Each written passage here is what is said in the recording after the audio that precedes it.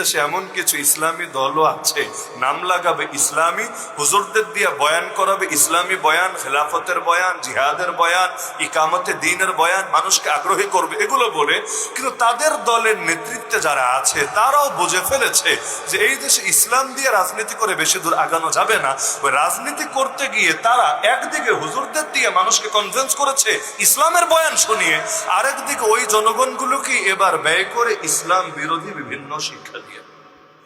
আমরা ক্ষমতায় আসলে নারীর পর্দা নিয়ে কোনো চাপাচাপি হবে না, আমরা ক্ষমতায় আসলে এই হবে না সেই হবে না, নারী যেই পোশাক মনে চায় সেই পোশাক পরবে, এটা নিয়ে আমাদের কথা থাকবে না। আরে কত নসিহত রে বাবা, তো এই কথা কি তোমার কথা না নবীর কথা?